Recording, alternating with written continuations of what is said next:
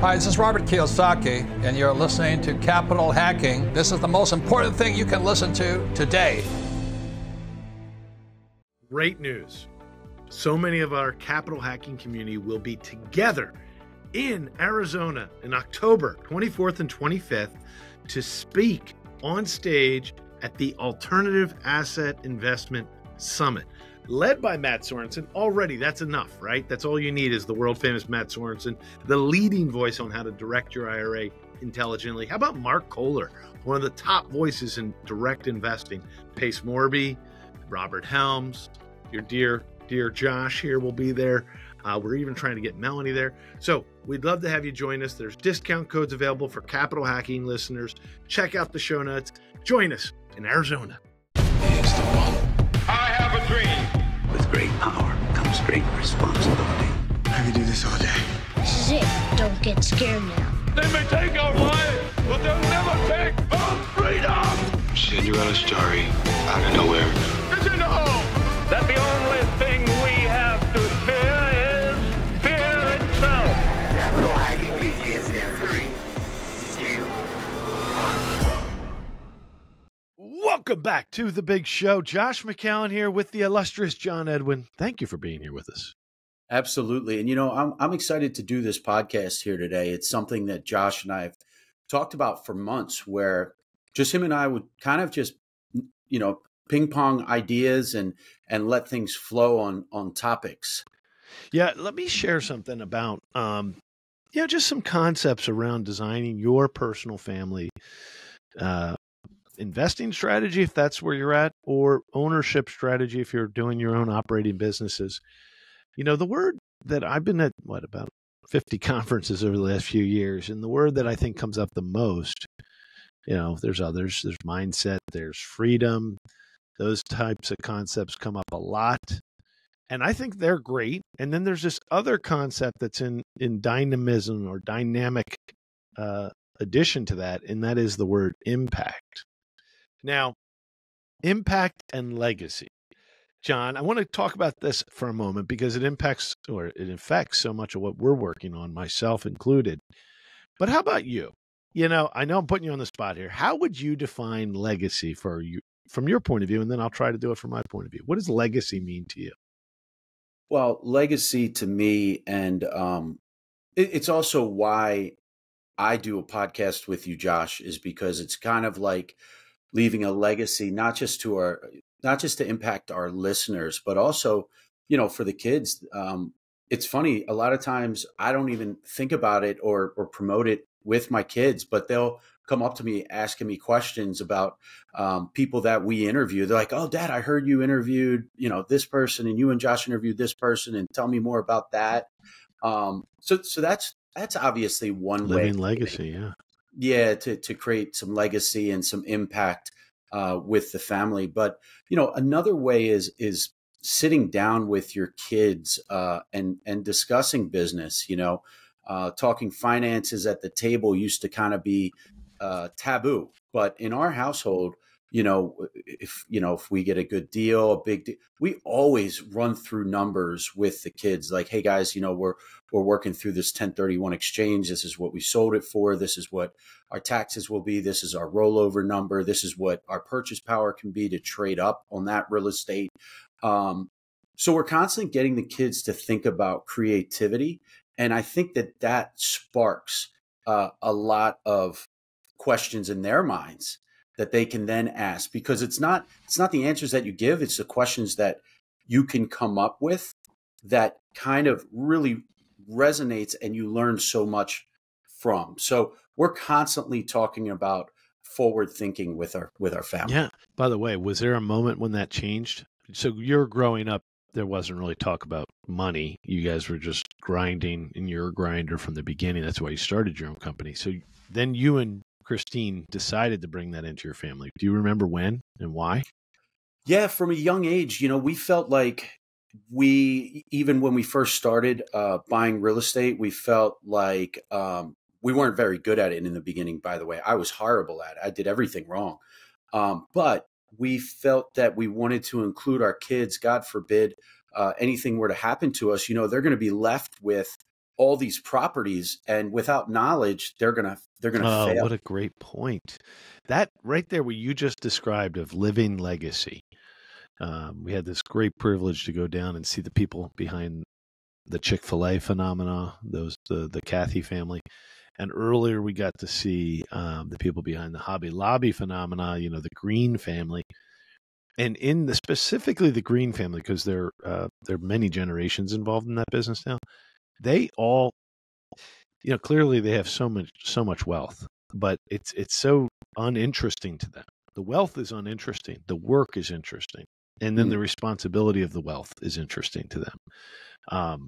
And we got to interact with people that were at different generations in that. So some of them made the money with their father and their family, but the others are, they're at the next generations. But they still, it's almost like if you could picture the world's perfect history, if there was such a thing as families in the past, maybe noble families where the power and the wealth was by birth. I've run into some of those. Clearly, there's tons of abuse and mistakes that have been made for thousands of years. But then you run across some of the families where they literally felt it was a burden that they were given and that they had to honor. Specifically, when we got to live in Austria, remember the Marie Antoinette from the French Revolution? Her mom, this is so bizarre, but her mom had 16 children because she was, there in one of those, well, this is way down the weird rabbit hole, but this is curious. I'll finish this point and then I'll get to today. She had 16 children because she was the woman that had to pass the line down, meaning the line of the Austrians went through a lady, not through a guy in the 1700s. Wow. And it's this big deal. It's the first time the European monarchs let the bloodline go through the lady. And so we named our daughter after her. She's like the first empress with real power, right? Wow. Maria Theresia. Well, then she doesn't want that to ever happen again because as soon as she became emperor, all the other countries attacked her, even though that her dad had begged them not to before he died. They still did. It was called the Pragmatic Sanction, and she had to fight back all these wars. But here's my point. They really did feel burdened. Now, who knows? There's 100 abuses in this world. How are we going to thread that needle, John? Melanie and I are we're not noble families. We came from super, ripped pants and, working your way up, spit and grit. But if we do amass some influence, we need to bring our children into that somehow. Even if they're not going to be doing the work we do, how can they feel that same burden? And I'll describe that burden one little bit more. There was a day, before you and I knew each other really well. We knew each other a little bit in 2018. In 2018, a few investors supported Melanie and I, and we purchased Renault, but just a few, just like 5. And we get Renault, and it's now Christmas week 2018. The place is a rat hole at the time. But it had 35 families working here, maybe 40 if you count part-timers. And a lot of them, this was their job. And I remember the next day after we acquire it, you think, oh, you bought a piece of real estate? No, we bought a legacy. And that legacy had people's lives attached to it at the time when we bought it. And I remember thinking, so many of them were wonderful, good people. And it was all now on us to sustain their paychecks next week and next year and the years after. And I'll never forget sitting down the next day thinking, wow, this could be like a day where you celebrate. It took us months and months to acquire it. But it just felt heavy, like this interesting pressure on your shoulders. And the best thing you and I can compare it to is being a father, right? There's something heavy about the fact that the children, we want to be as best of an example as we can. And we want to make sure they're safe and that they have opportunity and that they challenge themselves. But at the same time, it feels heavy, but it's not a burden you want to run away from. I don't know. You want to embrace it. That's what it felt like. But it felt like it, for the first time for me, it felt like, oh gosh, everything's relying on our steadiness now. And so that heavy positive burden can be very empowering. And so legacy is somehow, for me, it's all mixed in with this. Legacy is the work we're doing for the families that work with us, that invest with us, but now our kids And I'll tell you the last part here, John, we have no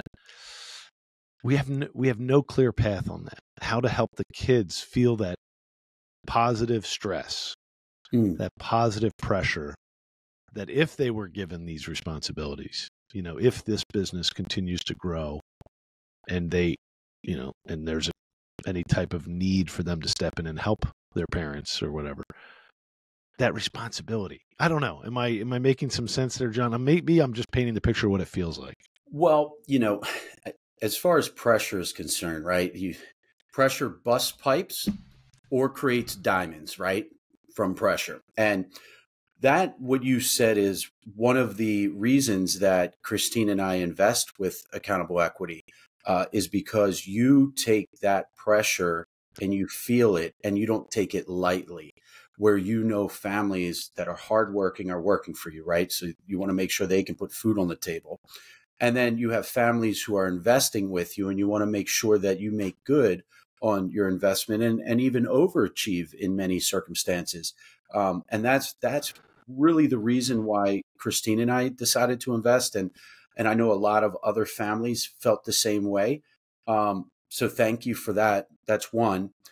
Two, Mike McCarthy has a great saying, and he says that your legacy is only as strong as the hands that can move it forward.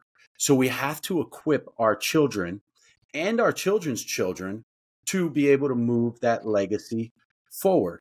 I heard Vivek, the young Indian guy who ran. Oh, Vivek. I think they say Vivek. Yeah. I heard he was speaking down at Liberty University last week, and he was talking about the one of the oil sheiks. He said the guy famously said, and I think he's like the main ruler in Dubai now, but he said, my grandfather rode a camel, and my dad rode a Cadillac. He's like, I drive a Range Rover. My son will drive a Range Rover, but my grandson will ride a camel. And he was making that point that 3 generations, pretty much it. Generation 1 builds it, generation 2 expands it, generation 3 messes it all up.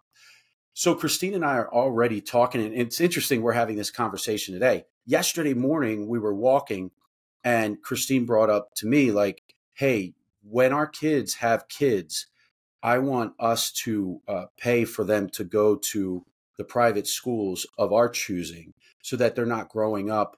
Today we look at public school, but it's sorry to say, it's government run. It's government schooling. It's not public schooling anymore. They're not being taught history. They're not being taught these really, really important things that you and I grew up knowing, Josh. Like, these kids, they're not learning the Constitution. They're not learning, different amendments that have been put in place. I'm not even going to get into it because it'll sound political, but it's a different agenda today. So one of the things that Christine and I are going to put in place is that we will pay for schooling for our grandkids to make sure that, they stay on the straight. What helps too is structured vacations. I know it sounds funny, John, but if you guys can budget some of that for your family, we found that to be powerful. Let me share a little bit about that. Hi, this is Melanie McCallen. Josh and I are just so grateful for the many investors who have already joined us at Accountable Equity. Accountable Equity is so much more than a capital group. It's really a community of accredited investors that want to learn and grow together. I just want to personally invite you, if you want to find out more about this type of investment and see if it's right for you and your family, please visit us at accountableequity.com. Hey, it's Hal Elrod, author of The Miracle Morning, and you're listening to Capital Hacking. Enjoy. Yeah, so Melanie's family, so she's the oldest of 10 children. We have 10 children, and that's where the lineage kind of comes from. I'm one of 2. I just have a brother. But their father also grew up very humble, but was a military guy, built great family culture. They just felt they should be on a trip at least one a year, if not multiple. And so they put the stake in the ground of the Adirondacks. You always hear me going to the Adirondacks once a year. Which is up in New York. It's a beautiful part of New York State. Oh yeah, it's beautiful. It's crazy. The water is so special. The lakes are so big. The boating and the fun and the fishing. So they just decided they were going to basically subsidize it to some degree. If you can afford it, great. If you can't, they'll help you. and they just choose a week and try to get their whole crazy extended family up there. And then, of course, the family has extensions of family. And so I think they've been doing that for 30 plus years now. And so they have this but because it gets really tricky in general when cousins need to get to know cousins, and then cousins, second cousins in a sense too, cousins. And, when you can really create that kind of interconnection, you can create this long-term connection to family. Some of that's powerful. I think that's powerful, especially when the family is trying to do virtuous things and build character for the kids, especially nature too. So if you can do that in nature, great. Of course, people love the beach. We all love the like Florida beaches or something like that. It almost feels like for us as a family, it's easier to do it in the mountains. I have to admit, the mountains and the water in the mountains is a little easier than the beaches, even though we do the beaches too once a year, which is crazy. My kids get to see their cousins more than you could ever imagine, which I'm very happy for them. It's extremely challenging, but it's nice. So let me wrap up this by translating this to maybe investments for a second.